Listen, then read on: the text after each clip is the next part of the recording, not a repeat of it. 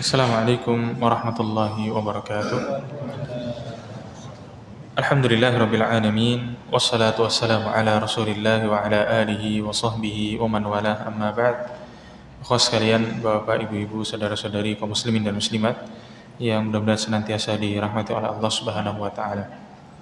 Melanjutkan pembahasan kita yang kemarin terkait dengan masalah tawaf.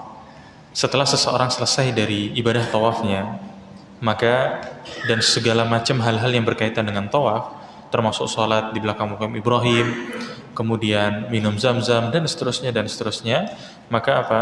Dia sekarang bergerak menuju ibadah yang berikutnya, yakni sa'i. Sa'i bermakna berjalan dari Bukit Safa menuju Marwa dengan niat ibadah umroh atau haji sebanyak 7 lintasan yang dimulai dari Safa dan berakhir di Marwa. Nah, maka kita akan bahas sekarang tahapan-tahapannya. Ketika seseorang selesai dari tempat tawaf, maka hendaknya dia berjalan menuju Bukit Safa. Dan ketika sudah sampai di kaki Bukit Safa, dia mengucapkan Innas Safa wal Marwata min sya'airillah abda'u bima bada Allahu bihi. Bahwasanya Nabi SAW ketika naik ke atas Bukit Safa, mulai menanjak begitu, maka beliau mengucapkan Innas Safa wal Marwata min sya'airillah abda'u bima bada Allahu bihi. Jika seseorang melaksanakan ibadah umroh pada saat ini, maka selesai dari lintasan tawaf, maka orang yang telah menyelesaikan tawaf itu pasti sudah diarahkan jalannya menuju Safa. Walaupun ada celah-celah untuk pergi ke Marwa, ada, cuma kita itu nanti seperti diarahkan modelnya. Di sini ditutup, di sini ditutup, di sini ditutup, ujung-ujungnya kita keluarnya nanti Safa. Dan harus diingat ketika pelaksanaan sa'i, tempat mulainya atau startnya itu adalah di Safa. Di Safa. Pada saat seseorang itu sudah mendekat ke Bukit Safa, maka apa? Kalau dia sa'i di lantai yang paling bawah dari Masjidil Haram, maka akan ada seperti tanjakan begitu modelnya. Dan tanjakan ini bentuk lantainya beda. Lantainya itu kotak-kotak kecil gitu bentuknya. Lantai itu kotak-kotak kecil sehingga naik menanjak begitu. Maka menanjak itulah, pada saat menanjak itulah di mana seseorang mengatakan kalimat Innas Safa wal Marwata min sya'airillah abda'u bima bada Allahu bihi. Nah, kemudian yang berikutnya, apakah setelah itu dia langsung berjalan, langsung sa'i? Enggak. Ada ibadah lain yang mesti dikerjakan. Apa itu? Ketika berada di Bukit Safa, berdiri menghadap kiblat, mengesahkan Allah, bertakbir, memujinya, kemudian berdoa sambil mengangkat tangan. Nah, di bawah itu ada, saya kutipkan sebuah gambar, hanya saja berbahasa Inggris, tapi tulisan bahasa Inggris itu nggak terlalu penting. Di situ ada tulisan Safa, maksudnya Safa, Bukit Safa. Kemudian di situ ada Ka'bah. Jadi orang yang berdiri di Bukit Safa, maka dia akan sangat mudah melihat ke arah Ka'bah, mudah sekali. Beda nanti dengan di Marwah, beda. Maka apa yang dilakukan ketika naik ke Bukit Safa? Sudah sampai di Bukit Safa itu, maka dia menghadapkan dirinya ke arah kiblat, jadi ke arah Ka'bah. Mudah untuk mencarinya, itu mudah sekali, itu gampang, itu karena kelihatan Ka'bahnya, itu kelihatan. Setelah itu apa? Dia berdiri menghadap kiblat, mengesahkan Allah, bertakbir, memujinya, kemudian berdoa sambil mengangkat tangan. Kemudian di situ dituliskan the sa'i area is approximately setengah kilo each around. Jadi setiap sekali jalan itu sekitar setengah kilo. Nah, kalau menurut saya kayaknya lebih. Kalau menurut saya nggak tahu ya kalau ini. Gitu. Menurut saya kayaknya lebih dari setengah kilo. Jadi kalau di total selesai dari sa'i itu perjalanan sekitar 3,5 kilo. Itu belum tawafnya. Ya. Jadi seperti itu. Tapi itu nggak terlalu penting. Karena mau 3 kilo, mau 4 kilo, mau 5 kilo itu nggak akan terasa ketika kita beribadah di sana. Gitu. Nah, maka hal yang dilakukan ya adalah apa? Pertama dia bertakbir. Itu suara apa ya dari tadi? Suara apa itu? Ya, mohon dimatikan dulu. Ya.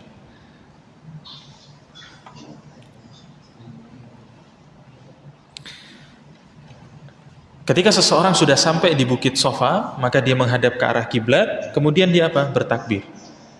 Bertakbir berapa? 3 kali. Allahu Akbar, Allahu Akbar, Allahu Akbar. Gak ada cerita angkat tangan ini, belum.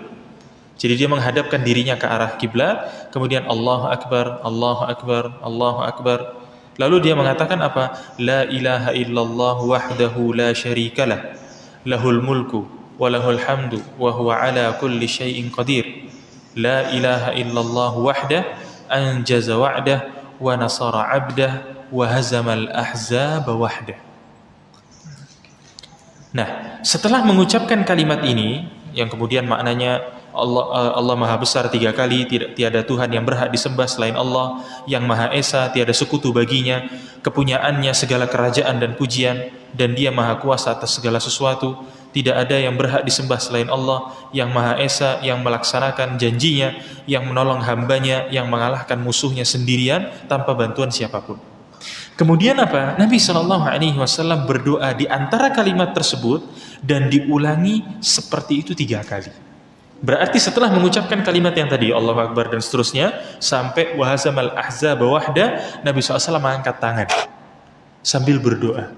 Dan disifatkan di dalam hadis itu apa? Bahwa doanya Nabi SAW ini panjang, lama doanya. Doa lama sekali doa. Sudah selesai, kemudian tangannya diturunkan, kembali membaca kalimat seperti tadi. Allahu Akbar dan seterusnya sampai wahazamal ahzab wahda, angkat tangan lagi. Begitu. Terus kemudian selesai, baca lagi Allahu Akbar dan seterusnya, angkat tangan lagi. Setelah selesai dari 3 kali itu, baru kemudian berjalan menuju Marwah. Nah, makanya ibadah sa'i ini, kawan sekalian, kalau menurut saya adalah ibadah yang paling banyak memakan waktu dari pelaksanaan ibadah umroh. Berbeda dengan tawaf. Kalau tawaf itu nggak terlalu memakan banyak waktu. Kalau sa'i itu banyak sekali waktunya yang termakan di situ. Kemudian di sini saya sampaikan kebiasaan yang sering saya lihat pada saat pelaksanaan sa'i yang dilakukan sebagian kaum muslimin adalah hanya melewati Safa dan Marwah tanpa berdoa. Dan sering saya perhatikan itu. Ada orang yang lewat, dia hanya begini, Allahu Akbar, Allahu Akbar, Allahu Akbar, kemudian jalan. Gitu. Nanti sampai di Safa kayak gitu juga, Allahu Akbar, kemudian jalan. Tentu yang seperti ini, hal ini merupakan hal yang sangat mengurangi kesempurnaan dari ibadah umroh. Gitu. Karena apa? Nabi SAW sudah berpesan, Sallu kama khudhu anni manasikakum. Ambil dariku tata cara ibadah haji kalian. Ambil dari Nabi. Gitu. Nabi SAW doa, maka kita berdoa. Ya. Dan kebanyakan dari kaum muslimin tidak melaksanakan kegiatan ini. Itulah. Ada yang melaksanakannya, ada, tapi mayoritasnya tidak. Itulah. Jadi seperti itu. Maka sebaiknya jangan ditinggal. Kemudian apa? Melihat dari doa yang dilakukan oleh Nabi Sallallahu Alaihi Wasallam ini, kemudian dilakukan sampai 3 kali, doanya itu sangat panjang. Maka saya meyakini bahwasannya doa pada saat ini adalah doa yang sangat mustajab. Karena Nabi SAW melakukan 3 kali. Dan ini baru di Safa ya. Nanti di Marwah ada lagi pembahasannya. Ini baru di Safa. Nabi SAW melakukan 3 kali. Doanya panjang-panjang. Lama doanya itu. Maka apa? Saya meyakini bahwa doa yang dilakukan pada tempat-tempat ini adalah doa-doa yang sangat mustajab. Nah, setelah kemudian selesai dari bacaan doa tersebut, baru kita bergerak menuju Marwah. Jadi seperti itu. Nah, dan di gambar yang awal itu bisa dilihat Safa, kemudian start menuju Marwah sekarang. Menuju Marwah. Nah, ikhwah sekalian, sebagai info saja atau sebagai tambahan tips ketika seseorang itu melaksanakan sa'i, maka bagi yang akan melaksanakan umrah, pesan saya untuk tidak mengambil jalur yang di tengah pada saat pelaksanaan sa'i. Karena apa? Jalur yang di tengah yang seperti ada pagarnya itu hanya khusus untuk pengguna kursi roda. Kalau kita ada di situ, kita nggak akan ditangkap polisi, enggak. Cuma apa? Jangan salahkan kalau kemudian nanti ada yang nabrak kita dari belakang pakai kursi roda. Karena itu jalurnya mereka, gitu. Jalurnya mereka. Jadi jangan kemudian kita berada di situ. Usahakan. Nah, karena apa? Jalur untuk sa'i itu besar, sudah besar. Maka jangan ngambil yang di tengah itu. Nah. Terus kemudian apa? Berjalan dengan tenang ke arah Marwah. Nah, pada saat pelaksanaan ibadah sa'i ini, ikhwan sekalian, mulai dari sofa, tadi kan sudah ada bacaannya. Kemudian kita turun menuju Marwah sekarang. Pada saat perjalanan ini tidak ada bacaan khusus. Sama seperti tawaf. Kita boleh mengaji, kita boleh berzikir, kita boleh lanjut berdoa, boleh. Yang nggak boleh adalah apa? Mengganggu. Mengganggu siapa? Mengganggu jamaah lain. Itu. Ya kawan sekalian, sebagian dari kaum muslimin, dan ini bukan kesimpulan saya. Coba nanti cari di YouTube. Ya. Cari di YouTube. Saya lupa kunci pencariannya itu apa. Pokoknya cari saja seperti misalkan bernyanyi pada saat sa'i, gitu aja tulisnya. Gitu. Nanti akan muncul. Gitu. Kemudian di situ ada sebuah video yang disampaikan oleh pembawa acara di salah satu televisi. Pokoknya ada di situ. Pembawa acaranya mengatakan apa? Kurang lebih ya kalimatnya saya nggak bisa ini kan benar-benar. Kurang lebih kalimatnya apa? Sebagian jamaah umroh Indonesia mengganggu jamaah lain. Kalimatnya gitu. Itu bukan kalimat saya. Kalimatnya seperti itu, mengganggu jamaah lain. Dengan apa? Dengan meninggikan suara. Gitu. Ya. Ada yang bernyanyi ini, ada yang mengucapkan seperti ini dan sebagainya. Bahkan ada yang kemudian mengucapkan Pancasila di situ. Saya nggak masalah dengan Pancasila, saya nggak masalah. Itulah. Saya nggak masalah. Cuma sekali lagi, satu hal yang baik jika diletakkan di tempat yang salah, maka apa? Hal tersebut akan nampak menjadi tidak baik. Seperti contoh yang sudah sering sekali saya ulang-ulang. Seseorang surat Al-Fatihah. Surat Al-Fatihah baik. Tapi kalau kemudian seseorang, bagaimana kalau saya di kamar mandi sambil nunggu lama saya baca surat Al-Fatihah? Akan menjadi buruk. Bukan Al-Fatihahnya buruk, tapi yang Anda lakukan ini buruk. Jadi seperti itu. Nah, ikhwan sekalian, pelaksanaan sa'i kurang lebih sama seperti pelaksanaan tawaf. Hendaknya seseorang tidak mengganggu orang yang lain. Jangan teriak-teriak. Terkadang sebagian kaum muslimin melakukan perbuatan yang membuat malu dan mengganggu. Dan pada saat itu, waktu itu saya masih kuliah, saya masih ingat. Ada kawan saya orang Arab nunjukkan ke saya sebuah video. Waktu itu baru-baru, cukup viral waktu itu. Ditunjukkan ke saya, ditanya, Abdurrahman, ini dari Indonesia apa bukan? Ditunjukkan gitu. Saya mau bilang enggak, mukanya Jawa, gitu. Saya mau bilang iya, malu gitu. Ya terpaksa saya bilang iya, ini dari Indonesia. Saya bilang gitu. Karena apa? Yang videokan itu bukan orang Indonesia. Yang videokan itu ada orang Arab, dia videokan gitu loh.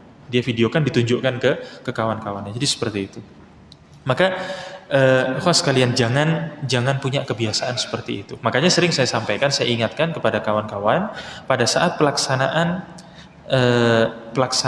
ibadah umroh, jangan latah. Itu selalu kuncinya. Selalu saya sampaikan, jangan latah. Kalau ada orang yang teriak-teriak, dan sebetulnya yang teriak-teriak ini bukan hanya dari Indonesia, bukan. Dari negara lain juga ada. Cuma karena jamaah Indonesia ini banyak, luar biasa banyak jamaah Indonesia itu sebetulnya. Kita kemana-mana ketemu orang Indonesia. Asli betul Pak, nggak bohong saya.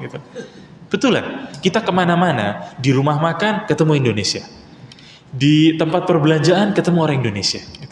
Bahkan di tempat sholat, di depan Ka'bah ini, asal kita berdiri, kita noleh kanan, kita noleh kiri, pasti kita bisa ngitung. Ini Indonesia, ini Indonesia, ini Indonesia. Banyak jemaah kita Indonesia ini. Makanya nampaknya yang melakukan seperti itu banyak. Karena apa? Kebanyakan memang jemaah kita dari Indonesia, banyak. Tapi dari jemaah lain ada yang seperti itu. Bahkan ada yang menyanyikan lagunya itu seperti yel-yel ketika tentara itu jogging. Pernah lihat tentara yang lari itu kan biasanya menyanyikan apa itu saya tidak paham, apa yang dinyanyikan saya tidak tahu. Mirip seperti itu. Jadi kayak tentara lari surut kayak gitu. Ini ibadah Mas sekalian, ini ibadah.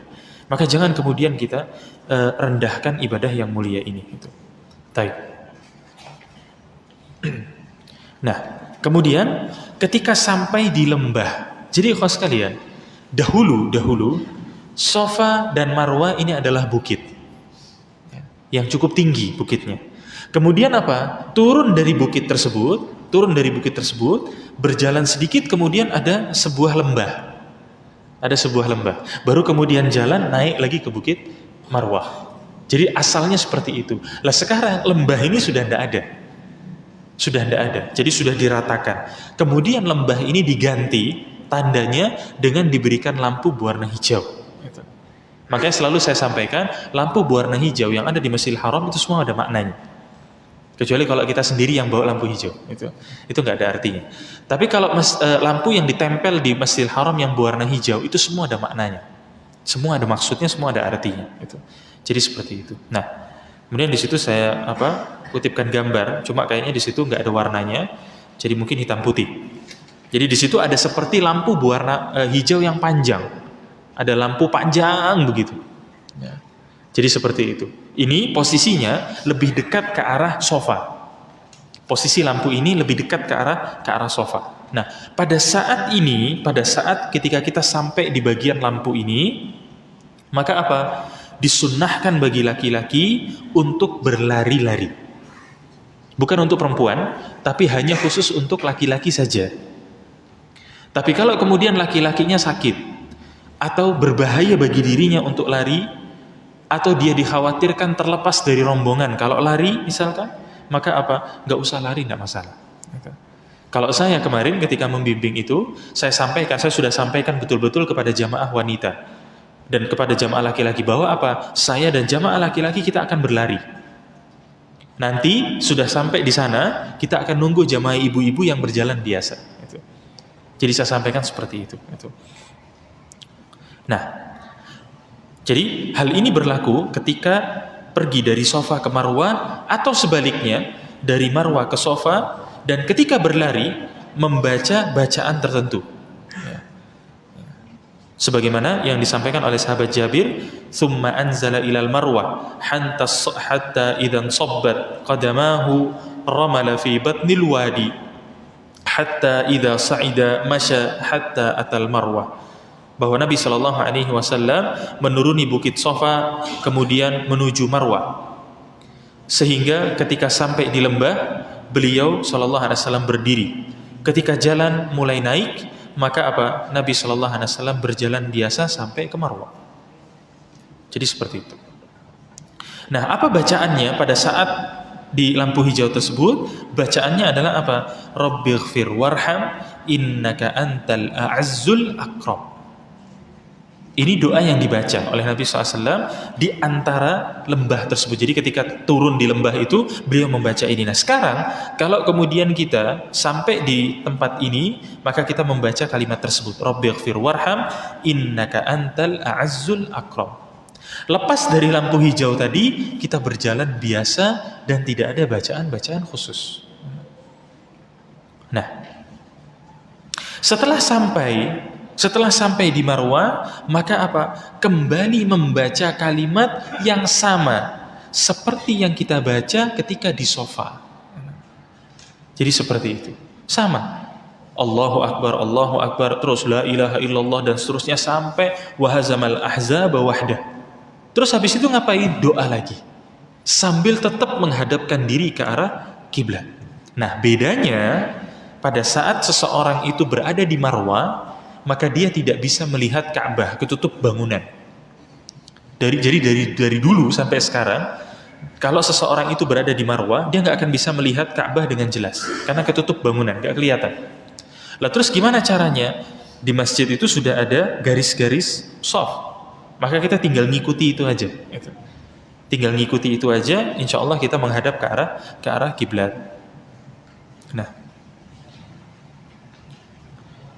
Nah, di sini saya tulis kalimat dari saya melihat bahwa Nabi tidak pernah meninggalkan hal ini. Kemudian tadi saya ada tamu, makanya saya lupa melanjutkannya. Jadi nggak dilanjutkan kalimat itu. Melihat bahwa Nabi SAW tidak pernah meninggalkan hal ini, maksudnya apa? Menunjukkan bahwasannya perbuatan ini adalah atau doa-doa ini adalah doa yang sangat dikabulkan. Nah, kemudian apa? Setelah selesai dari Safa, kembali lagi menuju Marwah. Berjalan dengan tenang sampai di Marwah atau sampai di lampu hijau, berlari-lari kembali, lalu kemudian sampai di Safa, mengangkat tangan kembali, berdoa seperti yang dilakukan di Marwah. Maka ikhwas sekalian, itulah pelaksanaan sa'i. Jadi sa'i walaupun secara teori kayaknya sebentar, enggak. Ini memakan waktu yang sangat lama. Makanya sering saya sampaikan, kalau kemudian melaksanakan ibadah umroh dengan saya, minimal waktu yang dipakai adalah 4 jam. 4 jam. Mulai dari tawaf sampai selesai sa'i. Butuh waktu sekitar 4 jam. Karena yang lama nanti itu di sa'i ya. Karena dia harus doa lama. Bukan doa yang Rabbana atina fid dunya hasanah, amin, dah selesai jalan. Itu bukan kayak gitu. Tapi doanya panjang. Nah, kemudian apa, ikhwas sekalian? Ada pedoman-pedoman ketika seseorang itu melaksanakan sa'i. Harus diingat, seseorang yang melaksanakan sa'i, pedoman yang mudahnya ya, yang pertama adalah apa? Seseorang melaksanakan tawaf itu di Safa, memulainya, startnya di Safa, dan selesainya dia harus berada di Marwah. Pedoman sederhananya begitu. Kalau kemudian setelah sa'i, hitungan ke-7 dia berada di Safa, berarti ada yang salah. Kemudian pedoman yang mudah yang kedua adalah apa? Hitungan di Safa, hitungan itu selalu genap. Di Safa, hitungan selalu genap. Di Marwah, hitungan selalu ganjil. Gimana cara ngitungnya? Ketika seseorang dari Safa berangkat menuju Marwah pertama kali, dari Safa dia berdoa, turun, berangkat menuju Marwah, sampai di Marwah ini disebut sebagai 1 kali perjalanan. Disebut satu kali, bukan 1 kali putaran. Yang unik dari sebagian kaum muslimin, ada yang salah membaca, disangka sa'i pun harus 1 kali putaran. Sehingga apa? Dari Safa sampai Safa itu dihitung 1. Sehingga apa? Ketika dia selesainya di Safa, bukan di Marwah. Ini keliru. Ya. Jadi bukan 1 kali putaran, tapi 1 kali perjalanan. Dari Safa menuju Marwah, ini dihitung 1. Baik, seperti itu. Kemudian nanti apa? Dari Marwah menuju Safa, ini dihitung yang kedua. Makanya ketika sampai di Safa, hitungannya mesti genap. Sampai di Marwah, hitungannya mesti ganjil. Jadi seperti itu. Nah,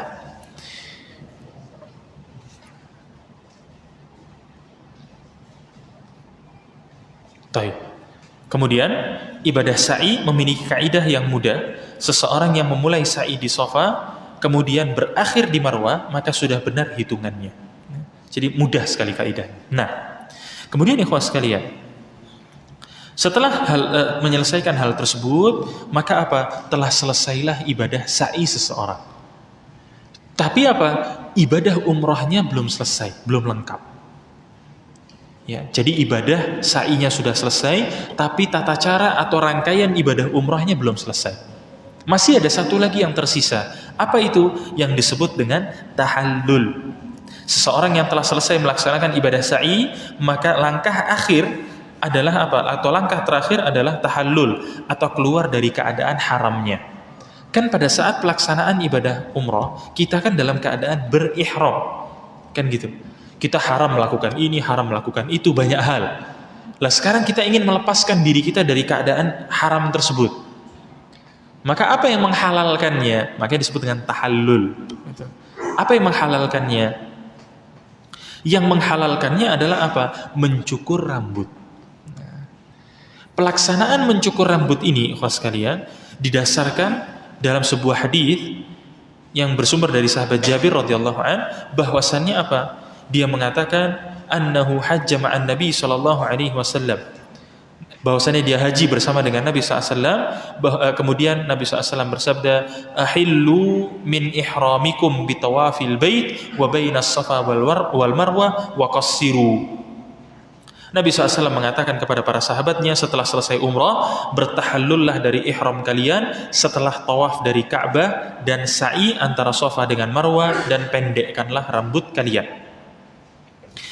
Akan tetapi didapati hadis yang lain yang menunjukkan bahwasannya pada saat pelaksanaan tahallul yang paling utama adalah seseorang itu mencukur habis rambutnya, bukan sekedar dipendekkan. Kemudian para ulama mengatakan, kenapa kok hadis yang pertama itu Nabi hanya mengatakan memendekkan? Karena hadis ini pembahasannya terhadap masalah haji.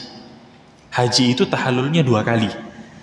Pada saat umroh tahallul sekali, kemudian nanti pada saat haji tahallul lagi. Maka kalau sudah dicukur habis, apalagi yang mau dicukur nanti pada saat haji? Jadi seperti itu. Nah, hadisnya apa? Bahwasannya Rasulullah Shallallahu Alaihi Wasallam pernah berdoa, Allahumma ghfir lil muhalliqin. Ya Allah, ampunilah dosa orang-orang yang mencukur rambutnya. Mencukur rambutnya. Jadi halq itu artinya mencukur dengan pisau, mencukur sampai habis.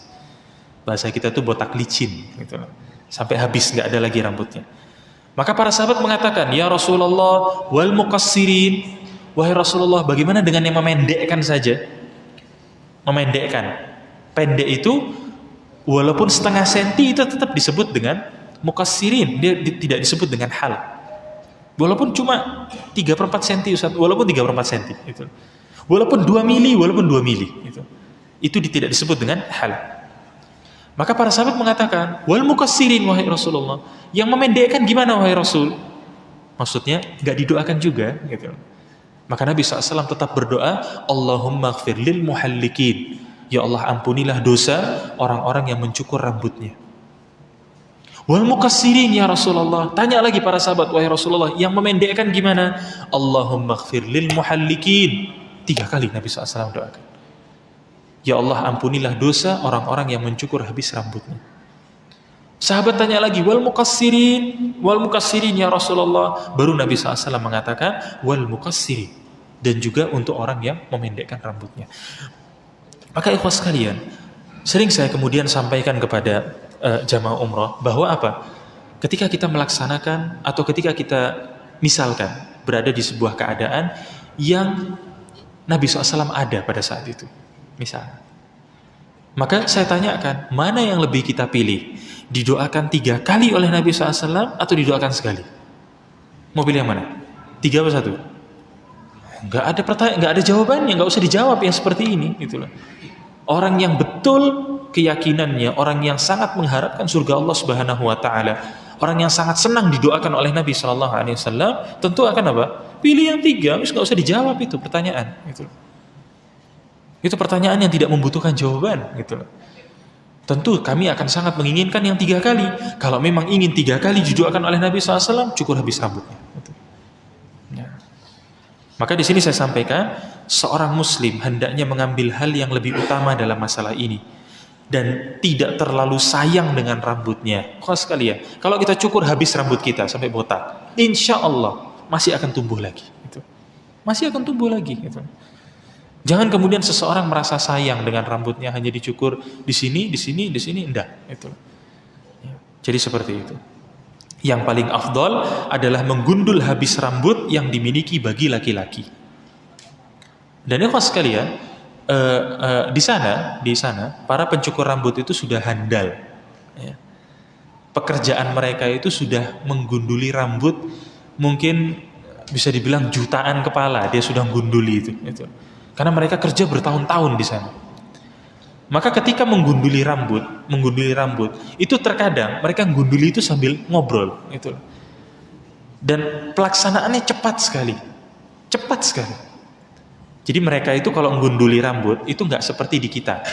Alat cukur yang biasa buat cukur ini di kita itu, biasa yang dilakukan oleh orang kita apa? Silet dipotek 2, kemudian dimasukkan di situ, ya kan? Kalau di sana enggak. Alatnya itu sekali pakai buang. Alat-alatnya itu sekali pakai buang. Jadi mereka ada satu kotak isinya alat itu semua. Dikeluarkan, dibuka bungkusnya, itu dipakai untuk kita. Selesai buang. Nanti buka lagi yang baru. Jadi seperti itu. Jadi tidak lama. Buka, seret, sudah pasti tajam. Kemudian nanti rambut kita dikasih sesuatu, cairan begitu. Kemudian dia akan seperti nyisir kita gitu. Seperti nyisirin kita. Langsung seret, selesai. Udah, gitu. Langsung gundul. Gitu. Jadi seperti itu. Maka nggak perlu kemudian khawatir nanti gini, enggak. Insya Allah enggak. Mudah. Adapun wanita, maka hendaknya yang dilakukan adalah mengumpulkan seluruh rambutnya bagian bawah, kemudian dia gunting. Dia gunting hanya sekitar seruas jari saja, tidak usah terlalu banyak. Jadi rambutnya dikumpulkan, rambut wanita itu dikumpulkan, lalu kemudian yang lebihnya ini di bagian bawahnya itu yang kemudian digunting. Setelah itu wanita selesai dari tahallul. Jadi seperti itu. Maka ikhwah sekalian, kalau kemudian melaksanakan umroh, cukur habis rambutnya.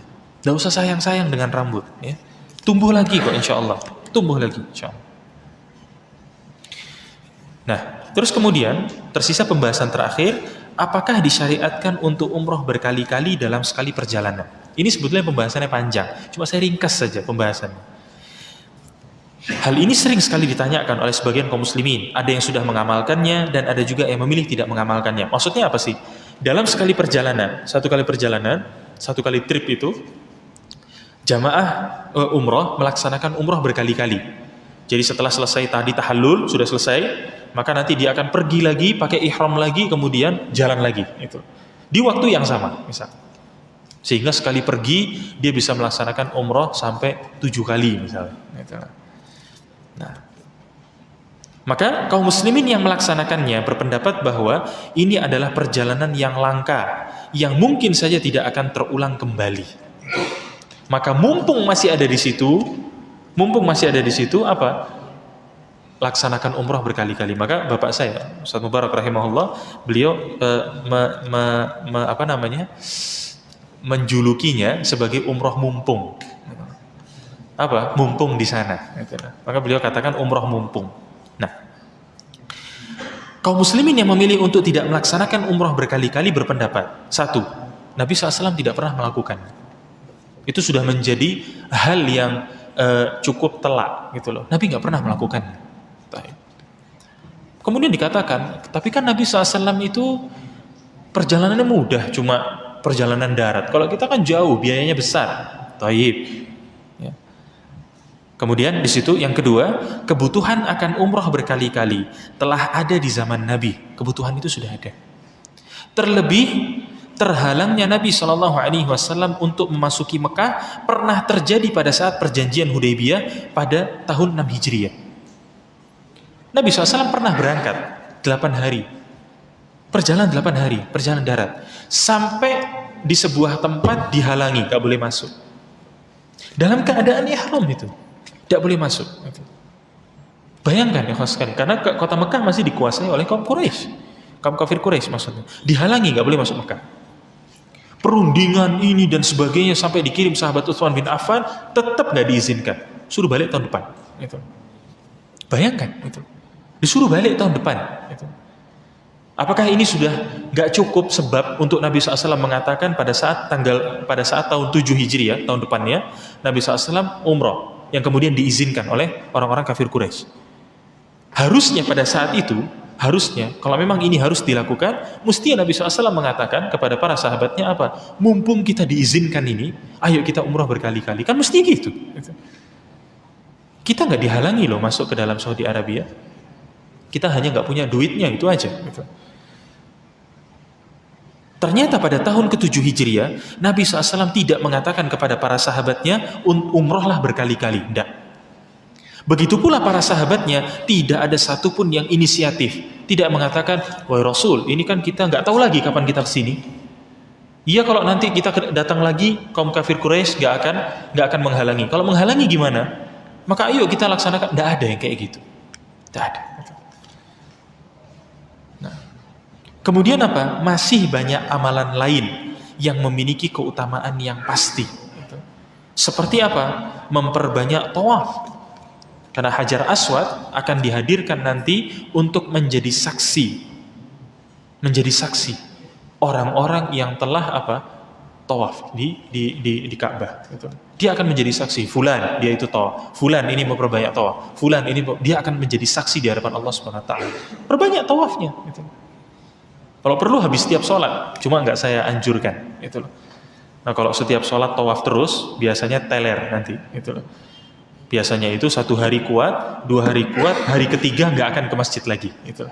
Karena demam, biasanya seperti itu, ya demam. karena cuacanya yang ekstrim. Selain itu apa? Sholat di Masjid Quba, bukan yang di Paris 2, yang di Madinah maksudnya, itulah. Yang di Madinah maksudnya. Dan hal ini akan kita bahas di pertemuan yang akan datang, ya. Jadi sholat di Masjid Quba yang di Madinah itu ada keutamaan khusus, dan keutamaannya setara dengan umroh, sama. Gitu. Maka apa? Lakukan yang ini daripada harus umroh berkali-kali. Gitu. Ya, jadi seperti itu. Nah maka itu ya khas sekalian, dan insya Allah nanti di pertemuan berikutnya, kalau tidak ada rapat bulanan asatid, kalau misalkan ada berarti nanti ditunda di pertemuan yang lain. Akan insya Allah kita bahas terkait dengan posisi-posisi atau bagian-bagian dari Masjidil Haram atau dari bagian Ka'bah yang mesti kita datang ke sana, dan bagian-bagian yang nggak perlu untuk kemudian kita datang atau kita pegang atau kemudian kita cium dan sebagainya. Ya.